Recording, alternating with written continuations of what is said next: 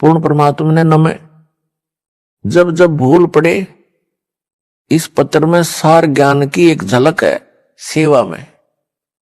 पूज्य गुरुदेव स्वामी रामदेवानंद जी महाराज जी को दंडवत प्रणाम। गुरु जी के श्री चरणों में कोटि कोटि नमन। परमेश्वर कबीर जी के हीरे मोती लालो व सर्व संगत को दास का शुभ आशीर्वाद।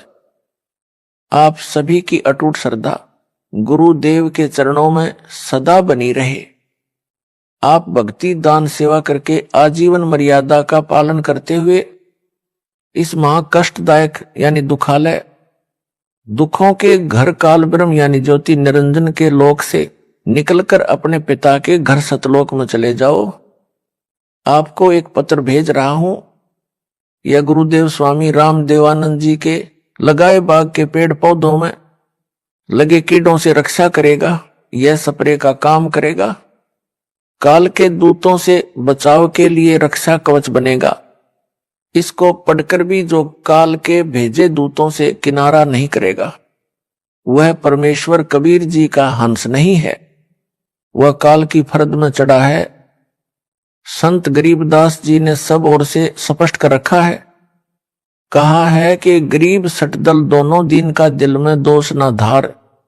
सतगुरु का कोई एक है काल का भरा संसार।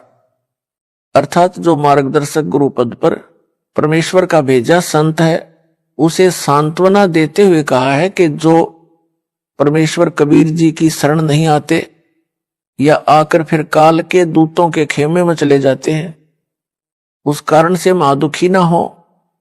उनके प्रति दोष दिल में ना मान कि इतना समझाने के बाद नरक में जा रहे हैं। जो 60 दल यानी जो 6 पंथ हैं, उस समय तक अन्य पंथ नहीं चले थे। गिरी पुरी नाथ वैष्णव आदि आदि तथा दोनों धर्मों हिंदू तथा मुसलमान के व्यक्तियों को काल ब्रह्म ने जकड़ रखा है।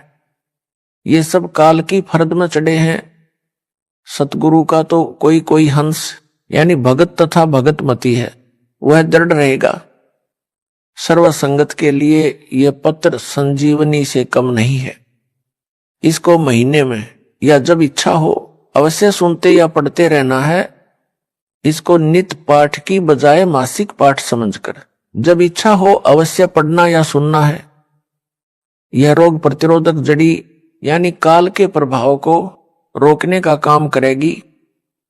अपनी भक्ति क्रियाओं पर दृढ़ विश्वास बनेगा। विश्वास के बिना भक्ति सफल नहीं होती। आशा करता हूं जो काल के दूतों के जाल में फंसे हैं, वे भी पुनः विचार करेंगे, अपने निज घर की सुध लेंगे, जीवन की रक्षा करेंगे और अन्य सुरक्षित रहेंगे। हे मानव शरीर प्राप्त प्राणियों, आपको अनमोल अवसर मिला है अपना कल्याण करवाने का। सब सद्ग्रंथ तथा सब पहुंचे हुए संत यानी परमात्मा प्राप्त संत तथा स्वयं परमेश्वर कबीर जी बताते हैं, जो उनकी अमर वाणी में अंकित हैं, कि मानो स्त्री पुरुष का जन्म दुर्लभ है, यह बार बार नहीं मिलता। जैसे प्रमाण मिलता है कागभूषण का, उसने यही बताया है कि मैंने अनेकों मानव जन्म बिना भक्ति के व्यर्थ किए। कुछ परिस्थिति ऐसी बनी जिस कारण से एक गुरु बनाया जो भगवान शिव का उपासक था। मेरे से भयंकर गलती हुई, मैंने अपने गुरु का खड़ा होकर सम्मान नहीं किया, जिस कारण से मेरे को भगवान शिव ने आकाशवाणी द्वारा श्राप दिया कि तूने अपने गुरु का अपमान किया है, मेरे लोक में आने योग्य तू नहीं है, तेरे को 1 लाख वर्ष तक नरक में डाला जाएगा। ये आकाशवाणी गुरु जी ने भी सुनी। गुरु जी को पता नहीं था कि इसने ऐसी गलती की है। तब गुरु जी ने कहा कि भक्त परमात्मा शिव जी से क्षमा याचना कर। कागभूषण को साथ लिया। गुरु जी ने भगवान शिव से आंखों में पानी भरकर याचना की कि हे भगवान, बालक है, गलती हो गई, क्षमा करो। ऐसी प्रार्थना कई घंटों की। तब शिव ने कहा कि नरक में इसे जाना पड़ेगा, 1 लाख वर्ष तक इसको नरक में रहना भी पड़ेगा। परंतु इसके गुरु की प्रार्थना स्वीकार कर ली है। मैं अपने दिए श्राप को वापस नहीं ले सकता। मेरे आदेश से इसको यमदूत कोई कष्ट नहीं देंगे। ऐसा ही हुआ। 1,00,000 वर्ष नरक में रहकर उसे मानव जन्म मिला, क्योंकि उसको उसके गुरु ने दिल से नहीं उतारा था। कारण यह था कि कागभूषण ने गुरु से तथा प्रभु शिव से अपनी गलती की क्षमा याचना कर ली थी। कबीर जी ने कहा है कि कबीर हरि के रूठते गुरु की शरण जाए, कह कबीर गुरु रूठते हरि नहीं होत सहाय। यानी यदि राम रुष्ट हो जाए तो पूर्ण गुरु के पास जाए, वह सत साधना करवाकर कष्ट दूर करवा देता है। यदि गुरु रुष्ट हो गया तो परमात्मा सहायक नहीं होगा। कागभूषण को उस मानव जन्म में भी भक्ति की तड़प थी। वह लोमस ऋषि के सत्संग में गया, अपने अज्ञान से ऋषि के प्रवचनों में त्रुटि बताने लगा, समझाने से भी नहीं समझा। तब ऋषि ने कहा कि तेरी चांडाल जैसी दुर्बुद्धि है, तू चांडाल के घर जन्म लेगा। कागभूषण को अपनी गलती का एहसास हुआ कि मेरे पास मेरे तर्क का कोई शास्त्रोक्त प्रमाण नहीं था। मैंने ऋषि से विवाद नहीं करना चाहिए था। ऋषि के चरणों में गिरकर अपनी गलती की क्षमा याचना की। ऋषि द्वारा दिए श्राप को सुनकर क्रोध नहीं किया। मायूस होकर कहा कि ऋषिवर क्षमा करो। ऋषि ने कहा कि श्राप वापस नहीं हो सकता। फिर कागभूषण ने कहा कि हे देव, इतनी दया करो कि चांडाल बनकर भी मेरी भक्ति में आस्था कम न हो। तब ऋषि जी को उसे गिड़गिड़ाता देखकर दया आ गई और आशीर्वाद दे दिया कि तेरी भक्ति में लगन कम नहीं होगी। तब उसका जन्म कागभूषण रूप में हुआ। मुख काग यानी कौवे का, से शरीर देवता जैसा हल्के तेज का। उस कागभूषण वाले जन्म में उसे कबीर परमेश्वर जी सतगुरु रूप में जोगजीत नाम से मिले। ज्ञान चर्चा हुई तब उसके जीवन की गाड़ी पटरी पर आई। अब वह उस श्रेणी में है जिनको परमेश्वर कबीर जी सतपुरुष अपनी नजर में रखते हैं। उनको जैसे तैसे भक्ति से चार्ज करते रहते हैं। कागभूषण का मोक्ष किस युग में होगा? जब वह मानव होगा तथा पूर्ण समर्पित होकर पूर्ण सतगुरु जी से दीक्षा प्राप्त करके आजीवन मर्यादा में रहकर भक्ति सेवा तथा दान करेगा। इस संजय दिल्ली ने तो गुरु जी की आज्ञा का ही उल्लंघन सीना ठोक कर किया है। अपने आप गुरु बनने की कोशिश कर रहा है, आशीर्वाद देने लगा है जो इसका चित्र गवाह है, जिसमें यह मुझ दास की नकल करके अंगुली अंगूठे से सटाकर आशीर्वाद दे रहा है। यह मुद्रा कबीर जी और मेरे गुरु जी तथा दास के अतिरिक्त कहीं देखने को नहीं मिलेगी। मेरे बाद जो नकली हैं वे बकवाद करके जीवन नष्ट कर सकते हैं। बालक बहुते प्यारा माँ का, उससे बढ़कर शिष्य गुरुओं का। अर्थात माता को बच्चा बहुत प्रिय होता है, गुरु को अपना शिष्य माता से भी अधिक प्रिय होता है। जो शिष्य बार बार गलती पर गलती करता है तो भी गुरु जी का प्रयत्न यही होता है कि किसी तरह यह सुधार कर ले, अपना मानव जीवन नष्ट ना करे। इसे ज्ञान नहीं है कि मानव जीवन कितना मूल्यवान है। मेरे को ज्ञान है, ये बालक है। जब बालक बार बार समझाने से भी नहीं मानता तो गुरु जी के पास एक ही विकल्प बचता है कि उस गंदे सेब को सेबों के ढेर से निकालकर कूड़े में फेंक दे, फिर उसे सूअर खाते हैं। दास का इस पत्र को लिखने का भी यही उद्देश्य है कि संजय दिल्ली अपना जीवन नष्ट ना करे, अब भी गलती की क्षमा याचना करके नाम शुद्ध करवाकर अपने मानव जीवन को धन्य बनाए, नरक में ना जाए। दास गुरु है, गुरु का कर्तव्य बनता है कि शिष्य को हर संभव कोशिश करके नरक जाने से बचाए। यदि किसी का बेटा बेटी बालक चला जा रहा है, सामने गहरा गड्ढा है, माता पिता की दृष्टि पड़ जाए तो वे दौड़कर उसे बचाने की भरसक कोशिश करते हैं। बच्चा माता पिता को अपनी ओर आता देखकर विचार करता है कि ये मेरे को खेलने से रोकने के लिए मुझे पकड़ने को आ रहे हैं। वह और तेज चल पड़ता है। माता पिता के प्रयत्न के पश्चात भी गड्ढे में गिरकर जीवन से हाथ धो बैठता है। माता पिता के पास रोने पीटने के अतिरिक्त कुछ शेष नहीं रहता। दास बार बार पत्र लिखकर संजय दिल्ली व पवन जयपुर को पकड़ने की कोशिश कर रहा है, परंतु ये दोनों नरक वाले गड्ढे की ओर दौड़ रहे हैं। संजय को तो गुरु बनने की हवस लगी है।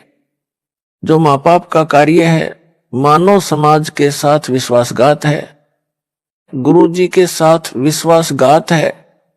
अब इसको मान बढ़ाई का रोग लग गया है। यह काल का दर्द जाल है। कबीर जी ने कहा है कि कबीर राज तजना सहज है, सहज त्रिया का नेह। मान बढ़ाई ईर्ष्या दुर्लभ तजना, ये अर्थात मनुष्य राज तथा पत्नी का मोह त्याग सकता है, परंतु मान बढ़ाई शिष्यों से चंवर करवाना, चरणों पर फूल चढ़वाना, गले में माला डलवाना तथा दंडवत करवाना, संत रूप में नकली शोभा पाना तथा ईर्ष्या मेरे विश्वास पात्र भक्तों व मेरे से ईर्ष्या करना आदि छोड़ना इसके लिए अब कठिन है। यदि यह सब छोड़कर अपना कल्याण करवा लेगा तो सचमुच महान है, विद्वान है। यदि क्षमा याचना नहीं करता है तो वास्तव में शैतान है। भोले भगत जो संजय दिल्ली से भ्रमित हैं, उनको भी इसी प्रकार विचार करना चाहिए जैसे उन भक्तों ने किया है जो इसके जाल से निकले हैं और वापस आकर नाम शुद्ध करवाकर अपना मानव जीवन नष्ट होने से बचा लिया है। दास ने पता करवाया कि जो भगत लौटे हैं उनसे पूछो कि कैसे समझ आई कि वह झूठा उपाखंडी है। उन्होंने बताया कि संजय दिल्ली कहता था कि मैं गुरु जी का सम्मान करता हूं। वो तो सही है, परंतु उनका भाई तथा कमेटी वाले गुरु जी से धोखा कर रहे हैं। जो दान का पैसा आता है उसे धर्म पर नहीं लगाते, अपनी जेब में भर रहे हैं। गुरु जी के लिए वकील नहीं कर रहे हैं। वे गुरु जी को बाहर नहीं आने देना चाहते। आप मेरा साथ दो, रुपए दो, मैं गुरु जी के लिए अच्छे वकील करूंगा, शीघ्र बाहर करवा दूंगा। हमने उस संजय को बहुत रुपए दिए, परंतु उसने कुछ नहीं किया। गुरुजी हिसार जेल में वह सत्संग करता था मेरठ में और कहता था कि जब तक गुरुजी को बाहर नहीं निकलवा दूंगा तब तक यहां मेरठ में हर सप्ताह सत्संग करता रहूंगा। उसकी ऐसी बातें अच्छी तो नहीं लगती थी, परंतु उसकी झूठ बहुत साफ सुथरी थी। हमारी बुद्धि पकड़ नहीं पा रही थी। जब गुरुजी का पत्र आया कि इसे पैसे ना दो, इसने 50 लाख रुपए भक्तों से वकील करने के नाम पर ठग लिए हैं तथा इसको यानी संजय को गुरुद्रोही घोषित कर दिया है। उसने यानी संजय ने कहा कि यह गुरु जी का पत्र नहीं है, उनके भाई ने झूठा पत्र उनके नाम से भेजा है। हमें पत्र में लिखी भाषा गुरु जी के भाई की नहीं लगी, क्योंकि हम आश्रम में जाते थे तो उनका भाई एक कमरे में बैठकर शंका का समाधान किया करता। हमने कई बार उनके पास बैठकर उनका ज्ञान सुना। ज्ञान वही गुरुजी वाला था, परंतु जो प्रवचन की भाषा गुरुजी की है तथा जो पुस्तकें गुरुजी ने लिखी है वह भाषा पत्र की भाषा से पूर्ण रूप से मिलती है, उनके भाई की भाषा से नहीं मिलती। संजय दिल्ली अब स्वयंभू गुरु बनकर आशीर्वाद देने लगा। यह बात हमें खटकी कि हमारा गुरु भाई हमारा गुरु कैसे हो सकता है। इसे नाम देने का अधिकार भी गुरुजी ने नहीं दे रखा। यह सच में ढोंगी व झूठा है। उसी दिन से इससे गलानी हो गई। हमारी किस्मत अच्छी थी कि हमने नाम शुद्ध करवाकर अपने को नरक जाने से बचा लिया। अन्य गुरु भाई तथा बहनों से भी निवेदन करते हैं कि इसके जाल से निकलो और अपने गुरु जी की शरण में दोबारा आ जाओ। इसे भी साथ ले आओ, इसको भी नरक जाने से बचाओ। स्वयंभू गुरु बनकर ये 100-200 का जीवन नष्ट करेगा, अपना तो कर ही रहा है। जिन्होंने संजय को आश्रम के लिए जमीन दी है उनसे निवेदन है कि इस जमीन को गुरुजी की आज्ञा लेकर नामदान केंद्र के लिए दे दे, पाप से बचे। उन भक्तों ने यह भी बताया कि संजय ने गुरुजी की आवाज की प्रथम मंत्र की ऑडियो रिकॉर्ड करके रखी हुई है। जब कोरोना महामारी के कारण गुरुजी की आवाज से ऑनलाइन नाम दिया जाता था, तो संजय ने रिकॉर्ड कर ली। अब यह उस ऑडियो से नाम दिलाता है। इसका उत्तर यह है कि संजय दिल्ली को नाम देने तथा दिलाने का आदेश दास ने दे ही नहीं रखा, इसलिए इसके द्वारा दिलाई दीक्षा कोई काम नहीं करेगी। यह भूत भगाने को अपनी शक्ति का चमत्कार बताकर मूर्ख बना रहा है। इसका खंडन आगे विस्तार पूर्वक किया है। नाम मेरी आवाज से दिलाता है, तो यह तो उनका गुरु भाई हुआ, फिर यह आशीर्वाद उनको किस लिए देता है? गुरु भाई आशीर्वाद देता है तो उसका बेड़ा गर्क होता है। उसने उनका नाम भी खराब कर दिया और अपना भी, इसीलिए तो इसको अज्ञानी कहा है। यदि ज्ञान होता तो यह बकवास ही नहीं करता। परमात्मा की आत्माओं के साथ इतना बड़ा धोखा नहीं करता, उनकी मर्यादा भंग नहीं करवाता। यह नकली गुरु नहीं बनता। यह कहता है कि कमेटी वाले सारा दान आप रख लेते हैं, धर्म नहीं लगाते। हे भगत जनों, यदि इस पापी की इस झूठ को सच्चा माने तो भी वे केवल धन हानि कर रहे हैं। धन तो परमात्मा और दे देगा, लेकिन यह संजय तो उनके मानव जीवन को ही नष्ट कर रहा है। गुरु से दूर करके काल के जाल में फंसा लिए, घर के छोड़ेगा ना घाट के। प्रमुख सेवादारों को उन भक्तों ने बताया जो संजय दिल्ली से भ्रमित हो गए थे और सच्चाई जानकर लौट आए हैं। नाम शुद्ध करवा लिया है। प्रमुख सेवादारों ने मुझ दास को बताया। वापस लौटे भक्तों द्वारा बताए गए कुछ पाखंड जो संजय दिल्ली करता है, वह भ्रम फैलाता है, उनका खंडन करता हूं, जो इस प्रकार है। संजय दिल्ली कहता है कि मेरे आश्रम में चाय नहीं बनेगी, आश्रम में दवाई नहीं रखी जाएगी, मेरे आशीर्वाद से वैसे ही रोग ठीक हो जाते हैं। उत्तरदास का जिसको दूध पीने को मिले चाहे कितनी बार पिए, दही खाने को मिले, हलवा व खीर प्रतिदिन खाने को मिले, उसे चाय की क्या आवश्यकता है? यह भक्तों के दान किए रुपयों से मौज मस्ती कर रहा है। रही बात दवाई आश्रम में ना रखने की, यह कुछ दिन का ड्रामा है। एक समय ऐसा आएगा यह स्वयं दवाइयां खाएगा। एक ऐसा ही पाखंडी था, वह भी सरेआम सत्संगों में प्रवचन करते समय दावा करता था कि मैं कभी रोगी नहीं होऊंगा। यदि मैं रोगी हो जाऊं और दवाई खाऊं तो मेरे मुंह में मूत देना। उस समय आयु 30-35 वर्ष की थी। कुछ दिन पश्चात उसको रोग घेरने लगे। उसका एक डॉक्टर शिष्टा गुप्त रूप से उससे इलाज करवाता रहा। आम संगत को पता नहीं चला, उसकी झूठ कामयाब रही। जब 60 वर्ष की आयु में प्रवेश किया तो और अधिक बीमार हो गया। फिर दवाई ने भी काम नहीं किया, भुगत कर मरा। इस प्रकार की बकवाद कुछ दिन ही चलती है। जब नकली गुरु मरा तब तक उन शिष्यों की तीसरी पीढ़ी तक उस काल के दूत के जाल में फंस चुकी थी। फिर परंपरा पड़ गई, मृत्यु के पश्चात उसकी यादगार बनाई गई। फिर उस समाध यानी यादगार की पूजा शुरू हो गई। सबको नरक के भागी बनाकर मरा। संजय दिल्ली ने कुछ संगत को कुछ दिन यह कहकर बरगलाया कि गुरुजी तो सही हैं, उनका भाई तथा कमेटी के सदस्य तथा उनके आसपास जो कि सेवा में रहते थे वे गलत हैं। वे दान का सारा पैसा अपनी जेब में रख लेते हैं। गुरुजी को जेल से बाहर नहीं निकलने देना चाहते। आप संगत वाले मेरा साथ दें, रुपये दो, मैं गुरुजी को बाहर लाऊंगा। इस प्रकार की बातों से बहुत सारे अनुयायी जो नए नए तथा कुछ पुराने भी उसके बहकावे में आ गए। मेरे द्वारा नियुक्त विश्वास पात्र भक्तों को दान देना भी बंद कर दिया। उस समय वह संजय पाखंडी 50 लाख रुपये भक्तों के दान के ले गया। एक भी वकील नहीं किया आज तक। जब दास को पता चला कि संजय दिल्ली तथा पवन जयपुर ने इस प्रकार संगत को भरमा दिया है, तब सख्त कदम उठाए, संगत को संभाला। दास ने जेल जाने की लीला यह देखने के लिए की है कि मेरे सतलोक जाने के पश्चात संगत वाले इस अनमोल मिशन को कैसे चलाएंगे।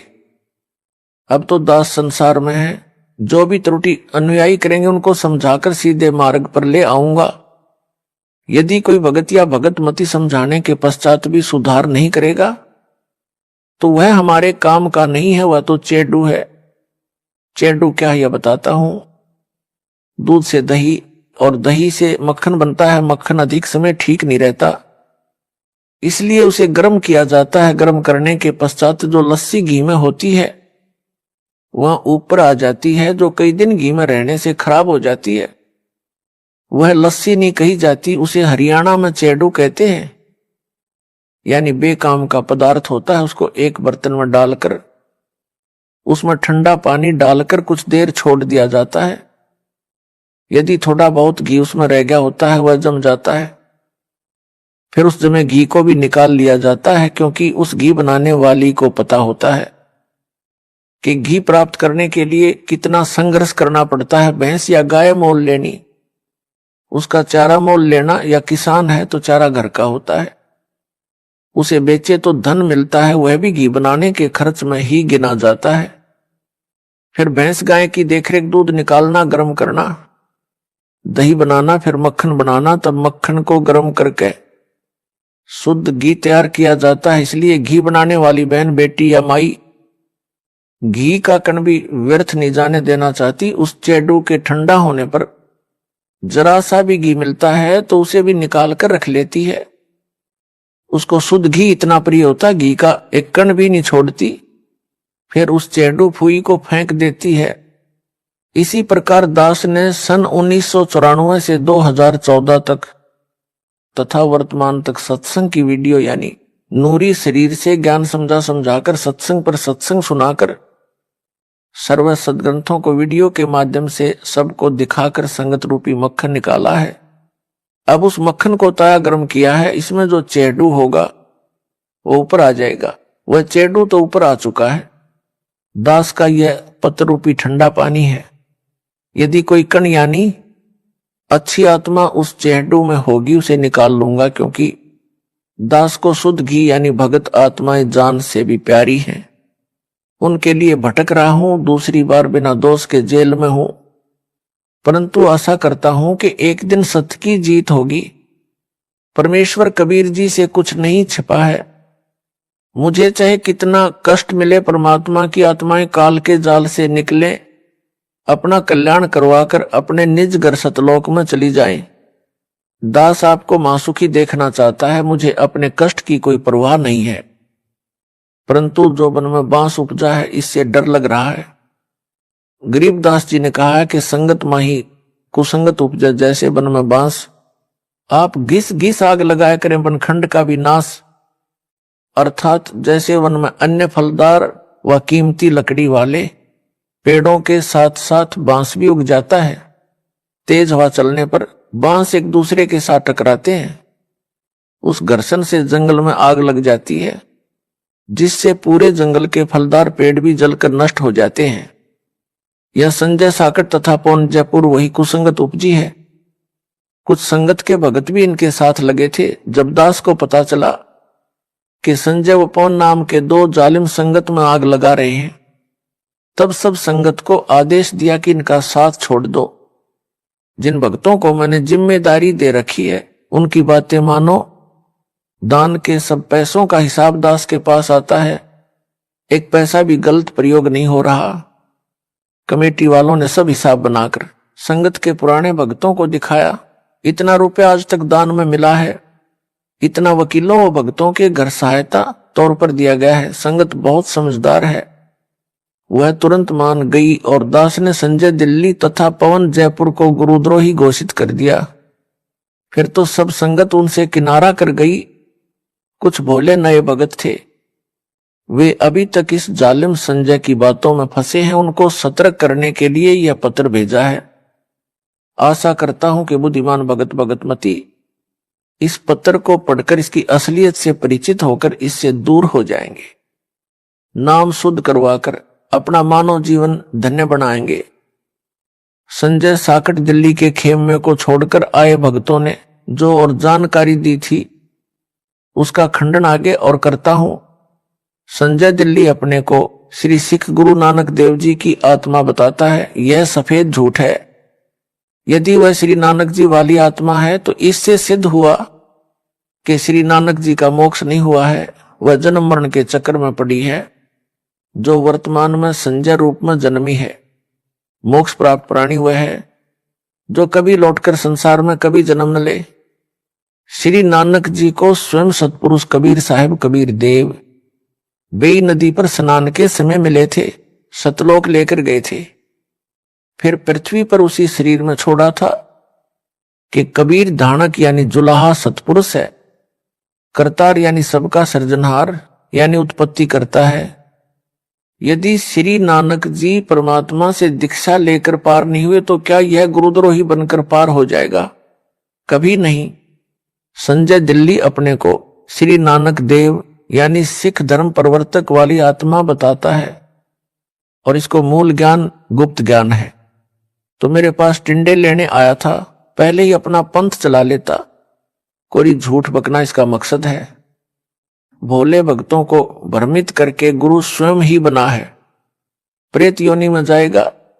जो परमात्मा कबीर जी ने अध्यात्म ज्ञान श्री नानक जी को बताया था वह सिखों के गुरु ग्रंथ साहिब में अंकित है।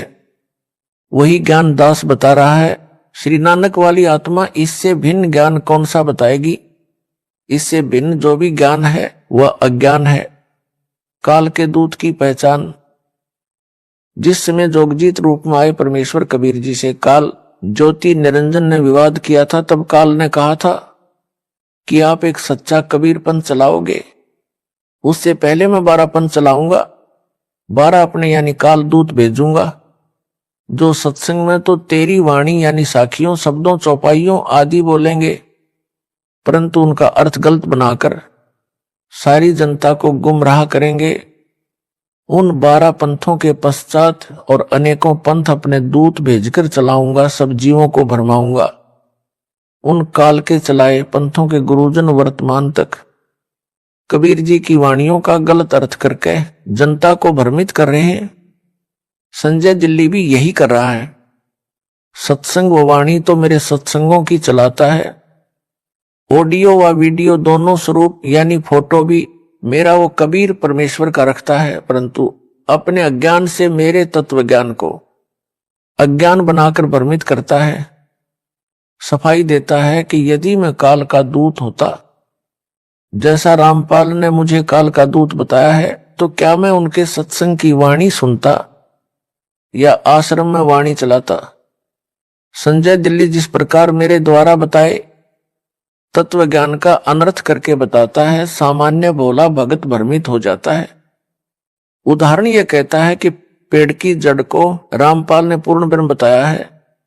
जड़ पूर्ण ब्रह्म नहीं हो सकती, उसे पोषक तत्व मिट्टी से मिलता है। पूर्ण ब्रह्म को किसी के सहारे की आवश्यकता नहीं है, जड़ को मिट्टी का सहारा लेना पड़ता है। इसका उत्तर जैसे विद्यालय में अध्यापक विद्यार्थियों को समझाते हैं कि दिन रात कैसे बनते हैं, उसके लिए एक तेल से जगने वाला दीपक एक मेज पर रखा जाता है तथा एक ग्लोब फुटबॉल के आकार का एक स्टैंड पर लटकाया जाता है। अध्यापक कहता है कि बच्चों, दीपक को सूर्य मानो, ग्लोब को पृथ्वी मानो। पृथ्वी घूमती है, तब जो भाग सूर्य के सामने आता जाता है वहां दिन होता है, जो भाग सूर्य के सामने नहीं होता वहां रात होती है। इस संजय जैसा मूर्ख विद्यार्थी तर्क दे कि दीपक सूरज नहीं हो सकता। दीपक को जगने के लिए तेल का सहारा लेना पड़ा, माचिस का सहारा लेना पड़ता है। सूर्य को किसी के सहारे की आवश्यकता नहीं। क्या वह विद्यार्थी बुद्धिमान हो सकता है? क्या वे उसके साथी जो उसके ऐसे तर्कों को सुनकर उसकी बातों तर्कों को सही मानते हैं वे बुद्धिमान हो सकते हैं? दोनों मूर्ख हैं। यह तो एक उदाहरण है। ऐसा तर्क देना ही मूर्खता का परिचय देता है। ऐसे ही गीता अध्याय 15 के श्लोक नंबर 1, 4 तथा 16, 17 में वृक्ष का उदाहरण देकर सृष्टि की व समर्थ परमेश्वर तथा सब देवताओं की स्थिति समझाई है। पाठकों इसका खंडन इसी पत्र में विस्तार पूर्वक आगे भी किया है, कृपया वहां पढ़े। आपको पता चलेगा यह कितना विद्वान है और कितनी बकवास बकता है।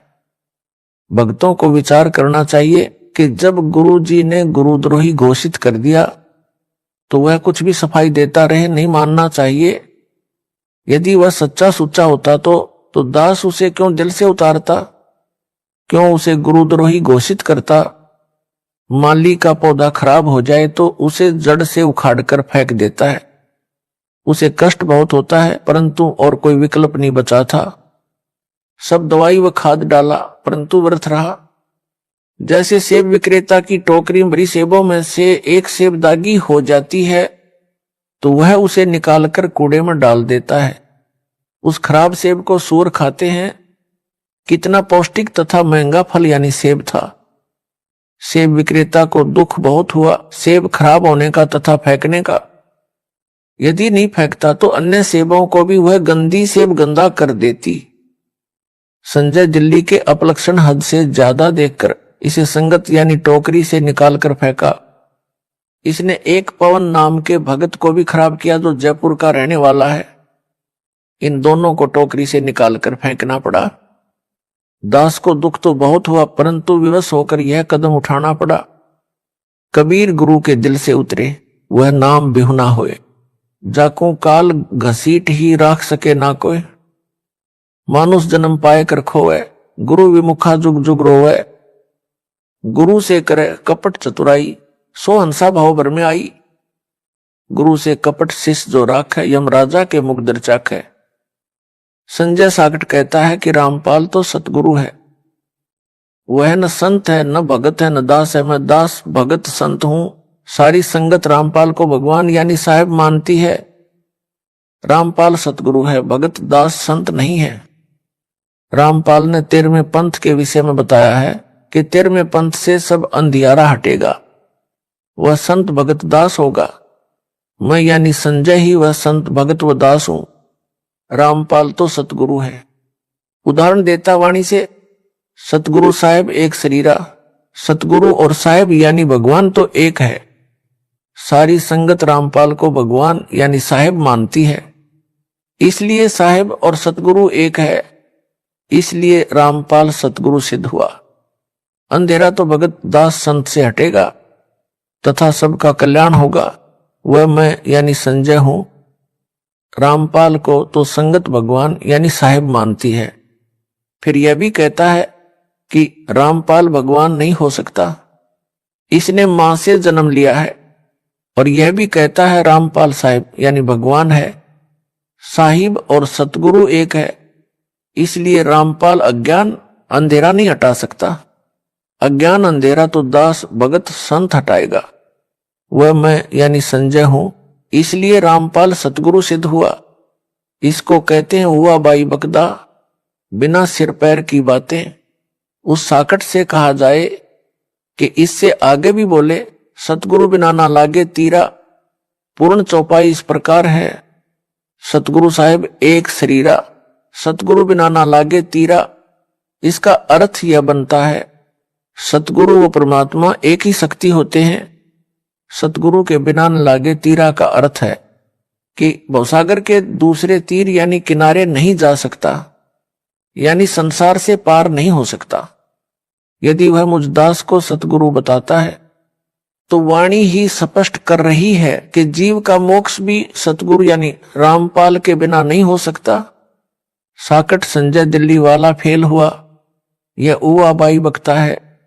संजय गुरुद्रोही कहता है कि जो असुर निकंदन रमणी में संत गरीबदास जी ने कहा है कि सतगुरु दिल्ली मंडल आयसी, वह मेरे यानी संजय के लिए कहा, क्योंकि मैं दिल्ली से आया हूं, इसलिए 13वां पंथ मैं ही चलाऊंगा। सब अंधेरा हटाऊंगा, सबका कल्याण करूंगा। विवेचन संजय दिल्ली तो अपने को संत दास तथा भगत कहता है और सतगुरु रामपाल को यानी मेरे को कहता है। इससे भी सिद्ध हुआ कि असुर निकंदन रमणी में संजय के लिए नहीं कहा है, क्योंकि वह तो अपने आप को दास भगत बताता है।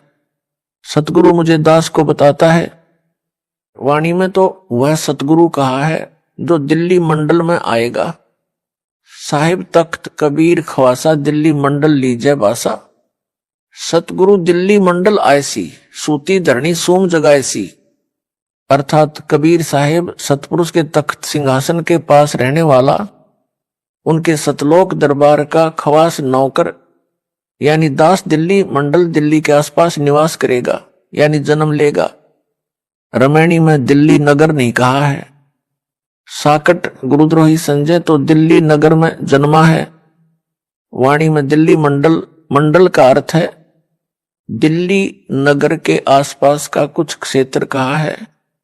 जैसे वर्तमान में एनसीआर बनाया है, यह सब दिल्ली मंडल है, दिल्ली अलग राज्य है।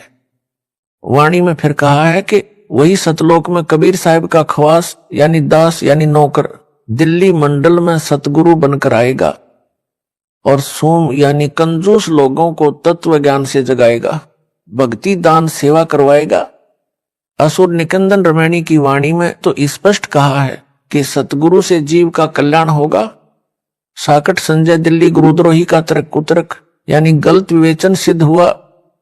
इसको वाणी का अर्थ भी ठीक से नहीं करना आता, अनर्थ करके बताता है। काल का दूत यही करता है, यह स्पष्ट काल का दूत है।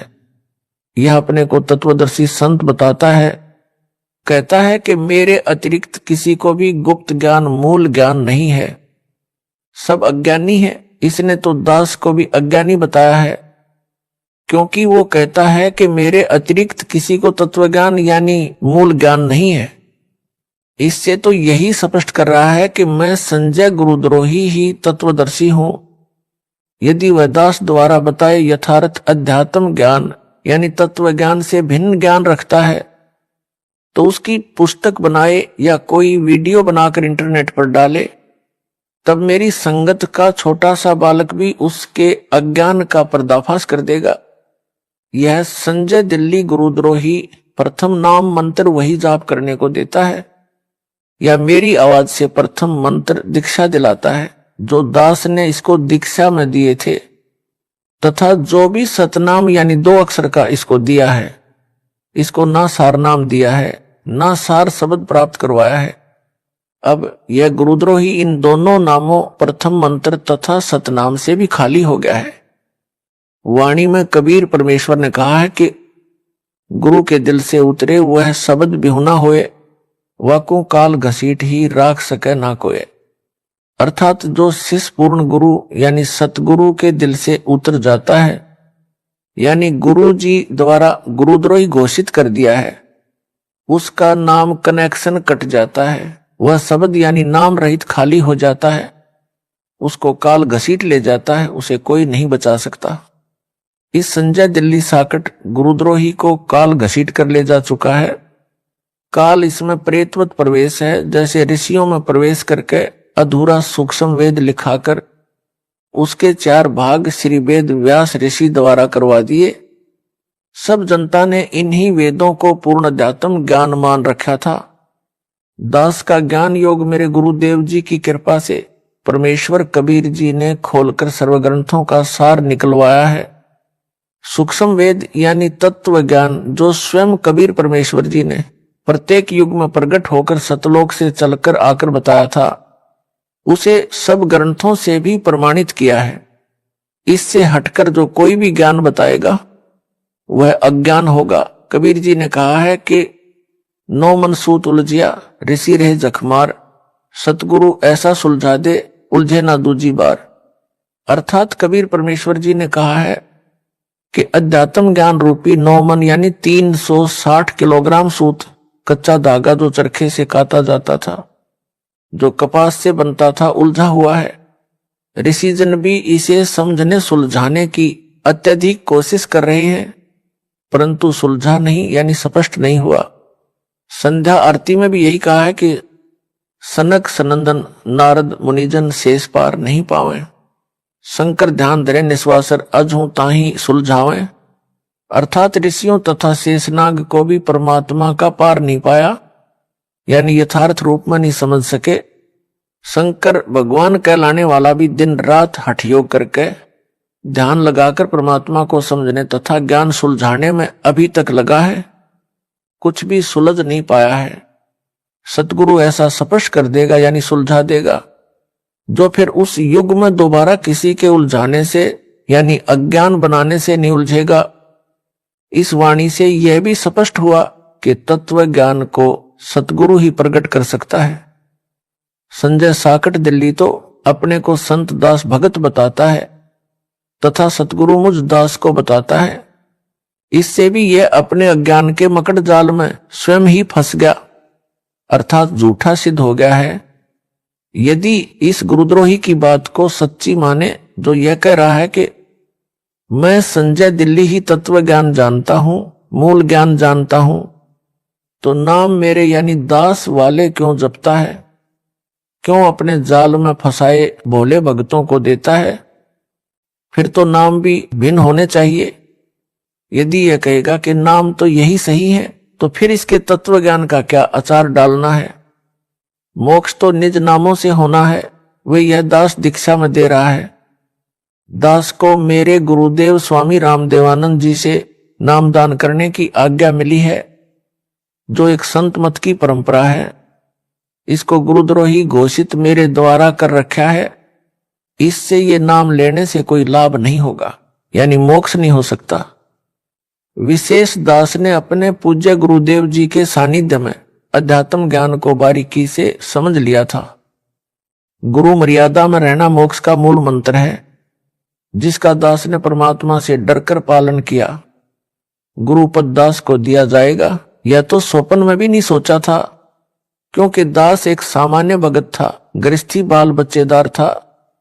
हरियाणा सिंचाई विभाग में जेई यानी जूनियर इंजीनियर के पद पर नौकरी करता था। दास ने अपने छोटे भाई महेंद्र दास को यह ज्ञान बताया। एकदम नया तथा पहले वाले से बिल्कुल विपरीत होने के कारण पहले तो कोई रुचि नहीं दिखाई, परंतु बड़ा भाई होने के कारण ज्ञान सुनने से इनकार नहीं कर सका, मन मारकर सुनता रहा। फिर परमेश्वर कबीर जी की कृपा से, गुरुदेव जी के आशीर्वाद से दास का प्रयत्न सफल हुआ और मान गया। गुरु जी यानी स्वामी रामदेवानंद जी से दीक्षा उसे दिलाई। फिर तो उसने अपने अनेकों साथियों को भी ज्ञान समझाया, उनको गुरुदेव जी यानी स्वामी रामदेवानंद जी से नाम दिलाया। यह दास भी अपने संपर्क वालों को ज्ञान समझाकर गुरु जी से दीक्षा दिलाता था। ऐसा शुभ कर्म वर्षों चलता रहा। दास ने 17 फरवरी 1988 को पूज्य गुरुदेव जी से दीक्षा ली थी। सन 1994 तक सबको गुरुदेव जी से दीक्षा दिलाया करता। एक दिन नए भक्तों को नाम दिलाने के लिए गुरुजी के पास गया। भगत महेंद्र दास भी मेरे साथ थे। समागम चल रहा था। गुरुजी के आसपास बहुत सारे भगत बैठे थे। गुरुजी उनमें से किसी की फरियाद सुन रहे थे। हम सब भक्तों के पीछे बैठ गए। एक सेवादार के माध्यम से पहले की तरह नए भक्तों को नाम दिलाने का निवेदन किया। भगत की बात सुनकर गुरुदेव जी ने हमारी ओर कृपा दृष्टि की। हम सब ने दंडोत प्रणाम किया। उसी समय सैकड़ों भक्तों की उपस्थिति में दास को नाम देने का आदेश दिया। कहा कि आज के बाद तू नाम दिया करेगा। मेरे को पसीना छूट गया। विचार किया कि कोई गलती तो नहीं हो गई जिससे गुरुजी नाराज हो गए हो। कानों पर विश्वास नहीं हो रहा था। गुरुजी नाराज नजर नहीं आ रहे, मुस्कुरा रहे थे, इसलिए हिम्मत बनी रही। दीक्षा देने का आशीर्वाद देते समय कहा कि आज के बाद यह तुम्हारा गुरु होगा। उपस्थित भक्तों की ओर संकेत करके कहा। मेरी दशा देखकर समझ गए कि भगत घबरा गया है। बोले कि अपने को अकेला न समझना, मैं तेरे साथ रहूंगा। परमेश्वर कबीर जी के आदेश से यह आशीर्वाद तेरे को दिया है। तेरे बराबर विश्व में संत नहीं होगा। आशीर्वाद देकर हमें भेज दिया। सुबह माइक से आवाज लगी कि रामपाल रोहतक को स्वामी जी याद कर रहे हैं। हम सब तुरंत पहुंच गए। भगत महेंद्र दास भी साथ था, क्योंकि हम छुडानी गांव में ही भगत महेंद्र दास की ससुराल में रुके हुए थे। उस रात दास को नींद नहीं आई कि इतनी बड़ी जिम्मेदारी को कैसे निभा पाऊंगा। गुरुदेव तो जानी जान थे, उनको पता था कि भगत की हालत खराब हो गई है। जाते ही फिर कहा कि अपने को अकेला मत समझ, परम शक्ति तेरे साथ है, मैं भी तेरे साथ हूं। तेरे समान विश्व में संत नहीं होगा। और कहा कि इन सबको नाम दे जो नए भगत दीक्षार्थ आए थे। अपने सामने दीक्षा दिलाई। स्वामी जी ने सर्व संगत को बोल दिया कि आज के बाद मैं किसी का गुरु नहीं रहूंगा, रामपाल से दीक्षा ले लो। कारण यह था कि मेरे दादा गुरुजी ने उनको सारनाम देने का आदेश नहीं दे रखा था, क्योंकि प्रारंभ से परंपरा चली आई थी दास को ही सारनाम दिया जाना था, क्योंकि उत्तराधिकारी को ही सारनाम दिया जाता था। स्वामी जी ने मेरे अतिरिक्त किसी को सारनाम नहीं दिया था। मेरे को आगे सारनाम देने का परमेश्वर कबीर जी का आदेश स्वामी जी को मिलने के बाद ही दिया था। कहा था कि पूरी परीक्षा करके ही सारनाम अनुयायियों को देना, तेरे को परमात्मा कबीर जी का भी संकेत आएगा, तब तक सारनाम ना देना। यह सब निर्देश बाद में दास को अकेले को तलवंडी बाई जिला फिरोजपुर पंजाब में आश्रम में दिया था। जब दास अकेला ही उनसे मिलने पहुंचा था, स्वामी रामदेवानंद जी गुरु महाराज जी का वचन फला है जो आज आपके सामने है। विश्व में ज्ञान छा गया है। जो स्वयंभू गुरु बने हैं उनको अध्यात्म का खा का भी ज्ञान नहीं। कितना भार सिर पर लिए हैं। यह संपूर्ण अध्यात्म ज्ञान का टोटा है। जो नकली गुरुओं का जीवन नष्ट करता है, उसके चेलों चेलियों का भी तर्क गुरु के अनुयायियों की जिम्मेदारी गुरु पर होती है। गुरु के सिर पर भार होता है। जब कबीर परमेश्वर जी ने देखा था कि 64 लाख अनुयायी पटरी से उतर गए थे, गुरु की आज्ञा को भी अनदेखा करने लगे थे, वे सारनाम योग्य नहीं थे, तो अपने सिर से भार उतारने के लिए लीला की थी। काशी नगर की प्रसिद्ध गणिका को हाथी पर बैठाकर बोतल में गंगाजल भरकर लोग उसे शराब मान रहे थे, पीने लगे। शराबी जैसी हरकत करते हुए गणिका के गले में बांह डालकर मुख्य बाजार में घूमने लगे थे। यह दृश्य देखकर 64 लाख गुरु विमुख हो गए थे, गुरुद्रोही नहीं हुए थे। उन सब का भार परमात्मा ने अपने सिर से उतारा।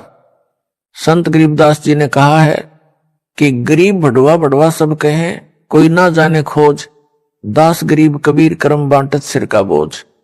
अर्थात काशी के लोग तो निंदा करने लगे, कह रहे थे कि यह तो भड़वा यानी बेशरम हो गया, सरेआम बुरे कर्म करने लगा है। सब शिष्यों ने वह साधना त्याग दी, पहले वाली करने लगे जैसे राबी ने त्यागी थी। कबीर जी भारमुक्त हुए। इसी प्रकार पूज्य गुरुदेव स्वामी जी ने यह कहकर सिर का भार उतार दिया कि आज के बाद मैं किसी का गुरु नहीं रहूंगा। पहले वाले भी रामपाल से नाम ले लो, परंतु दुर्भाग्य है उन पहले वालों का, अधिकतर ने दास से दीक्षा नहीं ली। जो नए थे हमने नाम गुरुजी से दिलाया था, उन्होंने दास से दीक्षा ली। परमेश्वर कबीर जी ने अपने परम शिष्य गरीबदास जी को काल के साथ आंख में चोली खेलने की भविष्य की सब रणनीति बता दी थी। संत गरीबदास जी ने अपने एक शिष्य शीतलदास को सारनाम जाप को दिया था। उसे समझा दिया था कि केवल परम शिष्य को सारनाम देना है, वह केवल अपने उत्तराधिकारी को सारनाम देते रहेंगे। अगला निर्देश मेरा यानी कबीर जी का आएगा, उसके बाद संगत को देना प्रारंभ करना है। उसी आदेश के अनुसार यह सारनाम गुप्त रखा था। 1 मार्च सन 1997 को दास को परमेश्वर कबीर जी मिले। सारनाम देने का सही समय बताकर सारनाम देने का आदेश दे गए। दास से पहले मेरी गुरु प्रणाली के संतों को छोड़कर किसी कबीर पंथी या गरीबदास पंथी को सारनाम तो दूर है, सतनाम का भी ज्ञान नहीं था। सार शब्द तो अभी तक रहस्य में रखा है। सारनाम भी लंबी परीक्षा के बाद दिया जाता है। जो काल के दूत होते हैं वे पहचाने जाते हैं। जैसे यह संजय सारनाम मिलने से पहले ही पिछन गया कि यह काल का दूत है। गुरु बनना खाला जी का घर नहीं है। गुरु जी के आदेश के पश्चात नाम देने से तथा सारनाम देने से शिष्यों का भार नहीं रहता। जो केवल सतनाम या प्रथम नाम के पश्चात मृत्यु को प्राप्त हो जाते हैं, गुरुद्रोही नहीं होते हैं, तो उनको वर्तमान में तुरंत मानव जन्म मिलेगा, पूरी दीक्षा मिलेगी, वे मोक्ष प्राप्त करेंगे। 1000 वर्ष तक यह वीडियो से दीक्षा दी जाती रहेगी। अब किसी का भार दास पर नहीं रहेगा। जो स्वामी जी के शिष्य थे वे भक्ति से चार्ज किए गए थे। प्रथम मंत्री अधिकतर को दिया करते थे, किसी किसी को सतनाम देते थे। दास को प्रथम व द्वितीय नाम एक साथ दिया था, सार नाम एक हफ्ता बाद दिया था। उस समय दास को उपरोक्त योजना की जानकारी दी और बताया कि ये जितने पहले वाले शिष्य हैं ये तो केवल भौतिक सुख ही मांगते हैं, वो इनको संपत्ति यानी संतान दे रखा है, केवल तू ही एक ऐसा मिला जिसने मोक्ष मांगा। दास ने कहा कि हे दीन दयाल, भौतिक सुख यानी संतान नौकरी आपने पहले ही दे रखा था, आपके ज्ञान के पश्चात इसकी इच्छा भी नहीं रहती, इसलिए एक मोक्ष की ही भीख दास आपसे मांगता है। गुरु जी मुस्कुराए और आशीर्वाद दिया। यह परमेश्वर कबीर जी की प्रीप्लान पूर्व निर्धारित योजना थी। समझा है तो सिर धर पाऊं, बहुर नहीं रे ऐसा दाव। 17 फरवरी 1970 से 17 मई 1995 तक 18 वर्ष नौकरी करके त्याग पत्र देकर सतगुरु जी के आदेश का पालन करने के लिए छोटी सी नौकरी त्याग दी, जो एकमात्र निर्वाह का साधन था। 2 बच्चों लड़के तथा लड़की का विवाह सन 1994 में किया था। 2 बच्चे, एक लड़की एक लड़का छोटे थे, पढ़ रहे थे। राम हवाले छोड़कर सतगुरु जी के चरणों में समर्पित हो गया, मुड़कर घर नहीं गया। परमेश्वर के हंसों तथा हंसनियों यानी भक्तों भगतमतियों को सच्चे परमात्मा का सच्चा ज्ञान देकर सच्ची भक्ति बताई। सतगुरु जी के आशीर्वाद से दास का त्याग रंग लाया। बच्चे भी परमेश्वर ने पाले व पढ़ाए। दास को अपनी नौकरी दी, दास का कल्याण किया, सतलोक का निवासी बना दिया। विश्व में इस ज्ञान का कोई सानी नहीं। सब ग्रंथों का सार निकालकर भगत समाज के समक्ष रख दिया। असंख्यों वर्षों का उलझा ज्ञान सुलझ गया। जिनको मोक्ष चाहिए आओ और अपना जन्म सफल बनाओ। गरीब ज्यों बच्चा गऊ की नजर में, यूं साईं को संत, भक्तों के पीछे फिरे भगत वत्सल भगवंत। यह कहावत दास के ऊपर चित्रार्थ हुई।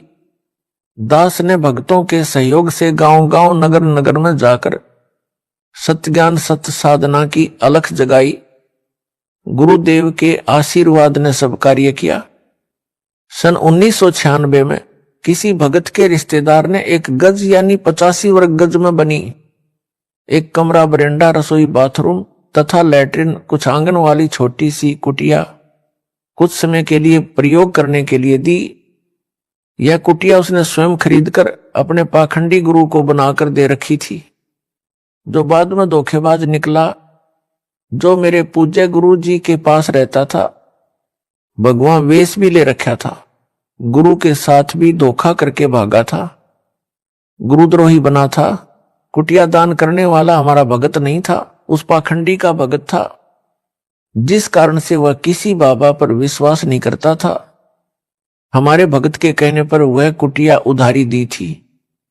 जब भगत ने पूर्ण विश्वास दिलाया, तब परम पूज्य गुरुदेव स्वामी राम देवानंद जी के 3 आश्रम पंजाब राज्य में, खन्ना, मोगा तथा तलवंडी भाई की, तथा एक आश्रम नजफगढ़ दिल्ली में था, जहां पर दास को दीक्षा की भीख मिली थी। उस समय दास ने उनकी सेवा में एक भगत भेज रखा था। भगत ने बताया कि दादा गुरुजी ने अपने निजी सेवादारों को बुलाया और बोले कि मुझे हरियाणा ले चलो रामपाल के पास। आयु बहुत हो चुकी थी, लंबा सफर करना उचित ना था। भक्तों ने निवेदन किया कि आपका लंबे सफर में जाना उचित नहीं, परंतु एक नहीं सुनी। सन 1996 में 13 दिसंबर से 19 दिसंबर तक उसी जींद कुटिया के पास खाली प्लाटों में, जो किसी किसी के थे, निर्माण नहीं किया था, प्रथम खुला पाठ 7 दिन का किया जा रहा था। परमात्मा 12 दिसंबर 1996 को ही जींद कुटिया में आ गए। दास देखकर आश्चर्यचकित तथा बहुत खुश हुआ, दंडवत किया। भगत जन सेवा में लग गए। उस प्रथम अनुष्ठान को अपने सानिध्य में सफल करवाया। 7 दिन मौसम बसंत जैसा रहा। 20 दिसंबर 1996 को सर्दी व धुंध छा गई। स्वामी जी उस कुटी में 23 जनवरी 1997 तक रहे। 24 जनवरी को तलवंडी बाई पंजाब में गए। 25 जनवरी को विश्राम किया। 26 जनवरी 1997 को बैठे बैठे सतलोक चले गए। सब आश्रमों की सुविधा त्याग कर अपने दास विदुर के पास आए। वहां जब देखा कि यथार्थ कबीर पंथ यानी 13वें पंथ की नींव दृढ़ हो चुकी है, सतलोक चले गए। जब उनका जींद कुटिया में डेरा था, दास उनकी आज्ञा लेकर गांव में सत्संग व पाठ करने गया था। सेवादारों को बताया था कि दास उस दिन आएगा, तब तक गुरुजी का ध्यान रखना। उस निश्चित दिन को दास कुछ लेट हो गया।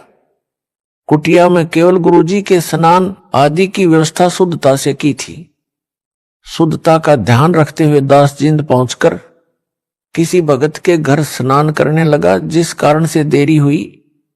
उस समय तक सेवादारों से 10 बार पूछा कि रामपाल आया है। उनको तान रखा था कि पता करो क्यों नहीं आया। उस समय मोबाइल को तो जानते भी नहीं थे, अन्य फोन भी गांव में नहीं थे।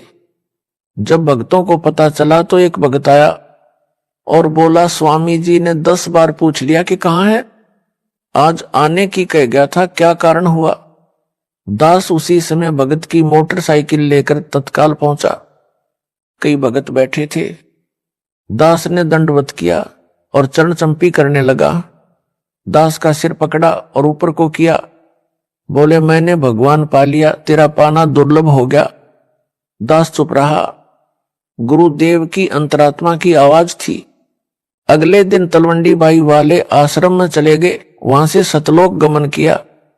कबीर हरि के रूठते गुरु की शरण में जाए, कह कबीर गुरु रूठ गए तो हरि ना होत सहाय। कबीर जिन बातों से गुरु दुख पावे, उन बातों को दूर भावे। गरीब इन बातां क्या पाइए, राजी कर सतगुरु रूठे नु। अर्थात गुरु को प्रसन्न रखो, मोक्ष होगा। बकवादों से कुछ नहीं मिलना। यह संजय दिल्ली गुरुद्रोही दावा करता है कि यहां मेरे आश्रम में भूत माफी मांगते हैं। भूतों को यहां बुलाया जाता है। बहुतों की प्रेत बाधा दूर हो रही है। यह क्या छोटी बात है?